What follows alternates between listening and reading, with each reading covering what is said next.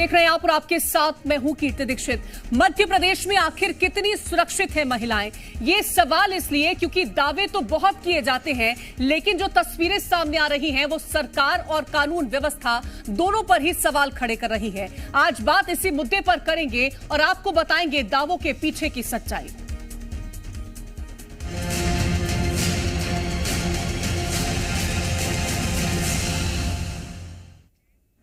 मध्य प्रदेश में इन दिनों आधी आबादी को साधने के लिए राजनीतिक पार्टियां पूरा जोर लगाती नजर आ रही हैं। खुद को बेटियों का मामा कहने वाले शिवराज सिंह चौहान भी उनके खाते में चुपके से रुपए डालने की बात कहते हैं, जिससे वोट बैंक में कोई कमी ना आए। लेकिन जब प्रदेश में महिलाओं के साथ अत्याचार हो रहे हैं और हर दिन नई तस्वीरें सामने आ रही हैं, तो उस पर चुप्पी साध ली जाती है। आखिर क्यों?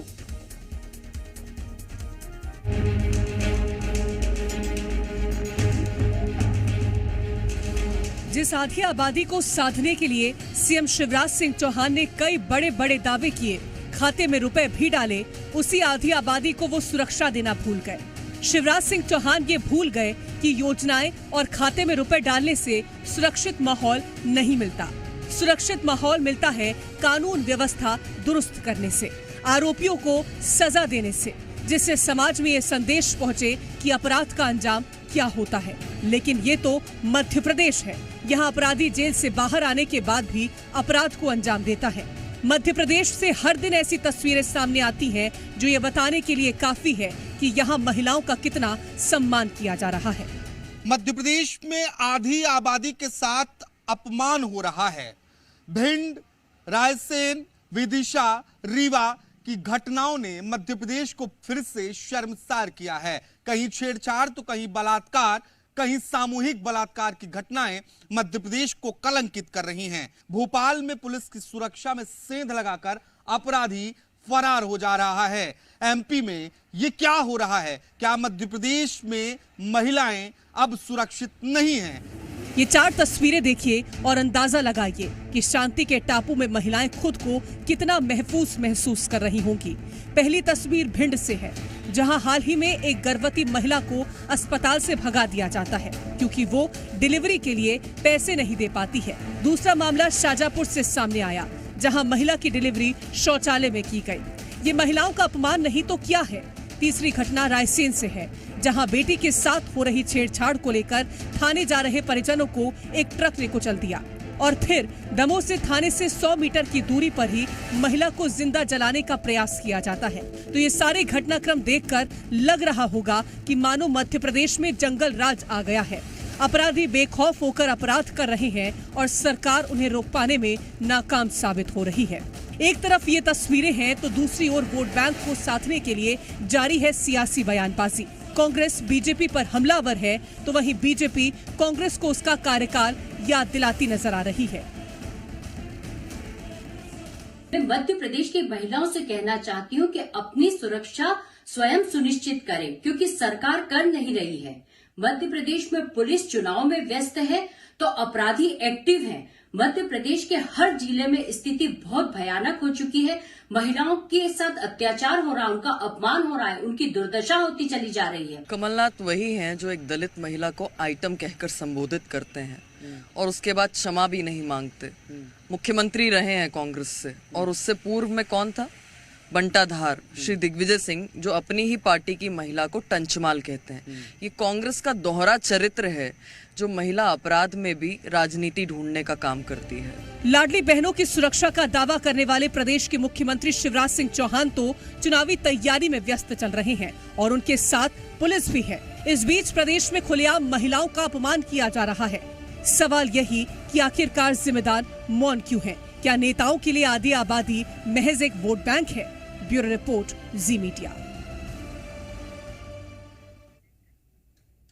तो ये थी मध्य प्रदेश की तस्वीरें, जो बताने के लिए काफी है कि प्रदेश में महिलाओं का कितना सम्मान हो रहा है और बेटियां कितनी सुरक्षित हैं। अब आपको कुछ और तस्वीरें दिखाते हैं जो वाकई हैरान कर देने वाली हैं। रीवा, बैतूल और हरदा से आई ये खबरें देखिए। रीवा में 8 साल की मासूम बच्ची के साथ दरिंदगी की वारदात को अंजाम दिया गया, तो वहीं बैतूल में 60 साल की बुजुर्ग महिला के साथ दुष्कर्म की वारदात को अंजाम दिया गया और फिर उसके बाद उसकी हत्या कर दी गई। बात हरदा की करें तो 6 अक्टूबर को शारीरिक शोषण और ब्लैकमेल से परेशान होकर युवती ने आत्महत्या कर ली। वहीं बैतूल में आदिवासी नाबालिग छात्रा के साथ गैंगरेप की वारदात को अंजाम दिया गया। तो ये कुछ मामले हैं जो ये बताने के लिए काफी है कि मध्य प्रदेश में महिलाएं कितनी सुरक्षित हैं। इसके साथ ही जो सरकार महिला हितैषी होने का दावा करती है वो इतनी सुरक्षा को लेकर के संजीदा क्यों नहीं है, उसका अंदाजा भी आप इन तस्वीरों से लगा सकते हैं। तो ये कुछ मामले हमने आपको दिखाए हैं जो कि अलग अलग क्षेत्र से निकल के सामने आए।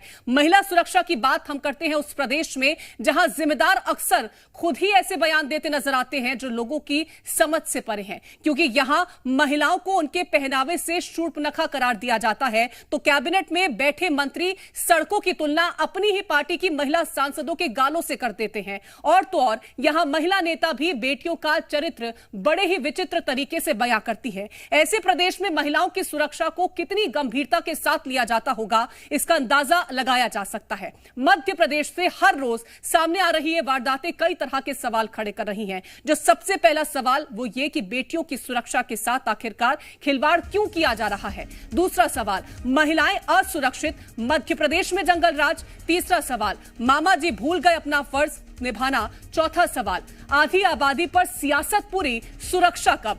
पांचवा और आखिरी सवाल, आखिर कब बदलेगी मध्य प्रदेश की तस्वीरें। तो कई तरह के सवाल खड़े हो रहे हैं कि प्रदेश में सियासत इन बेटियों को लेकर के, इनकी सुरक्षा को लेकर के भरपूर की जाती है, लेकिन उनको सुरक्षा दी नहीं जाती है। पूरा खिलवाड़ उनके साथ किया जाता है, बेटियों की सुरक्षा के साथ खिलवाड़ यहां पर होता है। तो ये अलग अलग तस्वीरें निकल के सामने आती हैं मध्य प्रदेश से, जहां महिलाएं असुरक्षित है और मध्य प्रदेश में जंगल राज जैसी स्थिति बन गई है। मामा जी जो खुद को बेटियों का मामा करार देते हैं, वो ये कहते हैं कि बेटियों की तरफ कोई आंख उठाकर देखेगा उसे जमीन में गाड़ दूंगा, लेकिन ऐसी कोई भी मिसाल अब तक देखने को नहीं मिली है। तो आखिरकार मध्य प्रदेश की तस्वीर कब बदलेगी, सबसे बड़ा सवाल सरकार से यही है, क्योंकि हर दिन ऐसे मामले सामने आते हैं। चाहे तो बीते दिन की बात करें, 60 साल की बुजुर्ग महिला के साथ दुष्कर्म किया जाता है, गला दबाकर उसकी हत्या कर दी जाती है। आज 8 साल की मासूम के साथ दुष्कर्म किया जाता है। बीते दिनों 12 साल की मासूम के साथ दुष्कर्म किया जाता है। बच्ची सड़कों पर घूमती रहती है, लेकिन उसकी मदद के लिए कोई आगे बढ़कर नहीं आता है। एक लड़की को इतना ज्यादा प्रताड़ित किया जाता है कि परेशान होकर के वो आत्महत्या कर लेती है। उसका पिता जब न्याय की गुहार लगाता है तो परेशान होकर के वो भी आत्महत्या कर लेता है, लेकिन सरकार चुप्पी साधे बैठी है, कोई कदम नहीं उठाया जाता है। आखिर क्यों? इसके पीछे की वजह सबसे बड़ी जानने वाली बन जाती है कि आखिरकार जब सरकार आपको अपनी लाडली बहन करार देती है, आपको अपनी लाडली लक्ष्मी करार देती है, तो उस तरह का रवैया, उस तरह का बर्ताव आपके साथ सरकार क्यों नहीं कर रही है। ये सवाल है जो कि सरकार से पूछना चाहिए कि आखिरकार आपने सुरक्षा के लिए क्या कदम उठाए हैं। हम साल दर साल की बात कर लेते हैं तो साल 2020 में 28,000 से ज्यादा मामले सामने आते हैं। साल 2021 में भी इसी तरह से। साल 2019 की बात करें तो 2,46,670 मामले, 2020 में 2,83,821 मामले, 2021 में 3,04,066 मामले। तो इस तरह से मध्य प्रदेश में अपराध के मामले सामने आ रहे हैं।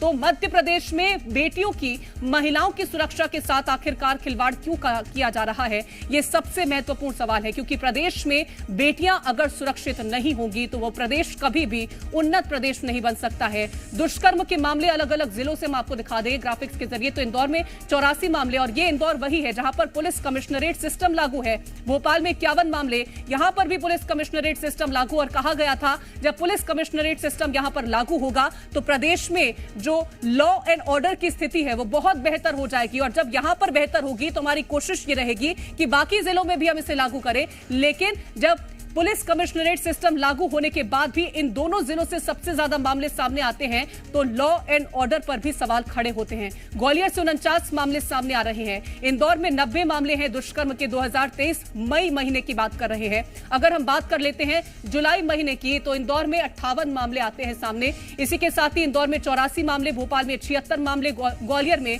58 मामले सामने आ रहे हैं।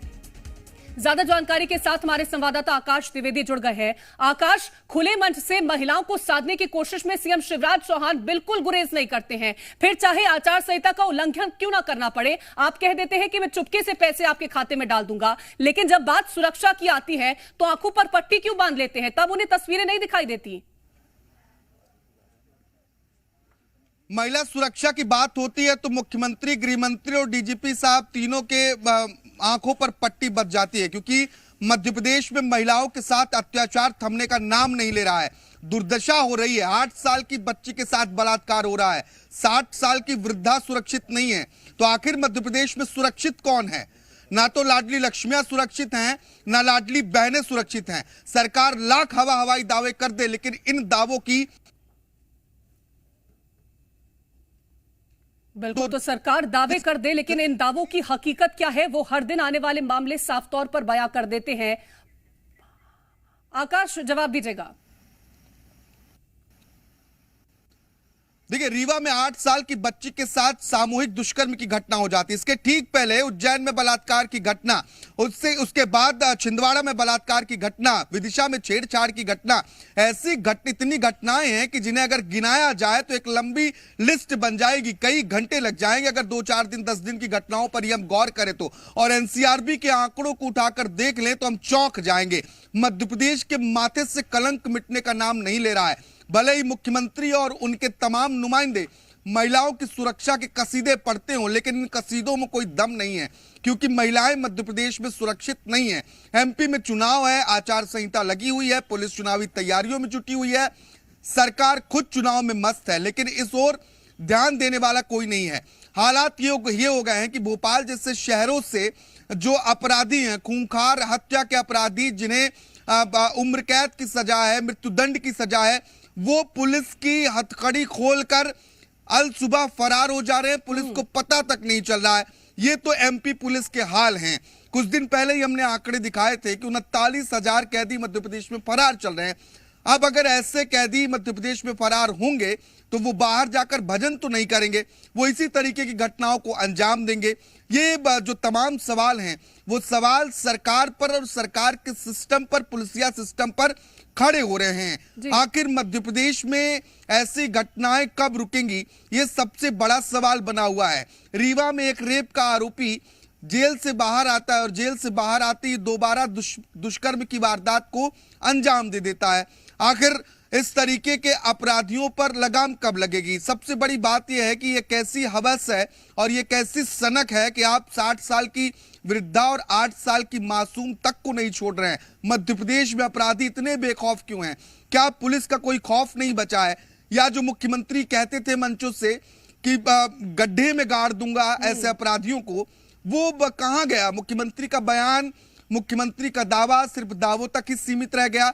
मध्य प्रदेश में ऐसे अपराधियों पर कोई इस तरह की कार्रवाई क्यों नहीं होती है? ऐसे मामले सामने आ रहे हैं जो सुरक्षा व्यवस्था पर सवाल खड़े कर देते हैं। अगर हम जिस तरह से आपने जिक्र किया, 8 साल की बच्ची हो या 60 साल की बुजुर्ग महिला हो, कोई भी सुरक्षित नहीं है। और इसी से हम समझ सकते हैं कि सरकार से आखिरकार सवाल क्या पूछा जाए, क्योंकि अगर हम 18 साल के कार्यकाल की तस्वीर देखें तो यही उनके क्या सपनों का मध्य प्रदेश था जिसको बनाने की वो कोशिश कर रहे थे। और आगे जब वो चुनाव लड़ रहे हैं तो क्या इसी तरह से मध्य प्रदेश को आगे ले जाने की फिराक में है? देखिए, अगर हम एनसीआरबी के आंकड़े को देखें, चाहे अभी के या फिर पुराने आंकड़ों को, मध्य प्रदेश के माथे पर बलात्कार का कलंक रहा है और वो कलंक मिट नहीं रहा है। भले ही सरकार जो दावे कर रही हो कि महिलाओं को बेहतर सुरक्षा दी जा रही है, महिलाएं सड़कों पर अकेली घूम सकती हैं, लेकिन आलम यह है कि बच्चियां भी सड़कों पर सुरक्षित महसूस नहीं कर रही हैं। आप महिलाओं की, युवतियों की बात छोड़ दीजिए, क्योंकि नाबालिग बच्चियों के साथ आए दिन दुष्कर्म की वारदात सामने आ रही है। उज्जैन, छिंदवाड़ा और अब रीवा से जो मामला सामने आया है, ये निश्चित तौर पर दिल को झकझोर देने वाला है। और सवाल यही है कि जो इस तरीके की घटनाओं को अंजाम देने वाले आरोपी हैं, इन आरोपियों पर ऐसी कार्रवाई क्यों नहीं होती है कि जो नजीर बने? ऐसे में सरकार भले आधी आबादी को साधने के लिए भरपूर कोशिश करे, लेकिन मध्य प्रदेश में महिलाओं को सम्मान तो मिलता हुआ नहीं दिख रहा है। क्योंकि अगर लगातार बलात्कार, छेड़खानी, सामूहिक बलात्कार और छेड़खानी से परेशान होकर आत्महत्या के मामले सामने आएंगे तो महिलाएं अपने आप को कैसे सुरक्षित महसूस करेंगी? मैं विदिशा की घटना का जिक्र करूंगा। विदिशा में एक महिला के साथ, माफ कीजिएगा, कि स्टूडेंट है, बच्ची, उसके साथ छेड़छाड़ होती है। मध्य प्रदेश की संवेदनशील पुलिस उसे जवाब क्या देती है? तुम भी बीएससी कर रही हो, तुम्हारे साथ छेड़छाड़ होगी। ये एमपी पुलिस की संवेदनशीलता है। बच्ची आत्महत्या कर लेती है, इसके बाद उसके पिता आत्महत्या कर लेते हैं। रायसेन में कई बार एक बच्ची के साथ बलात्कार होता है, पुलिस रिपोर्ट तक नहीं दर्ज करती है। जी मध्य प्रदेश छत्तीसगढ़ की खबर के बाद रिपोर्ट दर्ज की गई है। ये मध्य प्रदेश की पुलिसिया सिस्टम के हालात हैं। ये मध्य प्रदेश पुलिस जिसका ध्येय वाक्य है देशभक्ति जनसेवा, शायद वो एमपी पुलिस जनसेवा और महिलाओं की सुरक्षा नहीं कर पा रही है। इसमें कहीं ना कहीं विफल है, क्योंकि ऐसे मामलों में पुलिस त्वरित कार्रवाई तो नहीं कर पा रही है।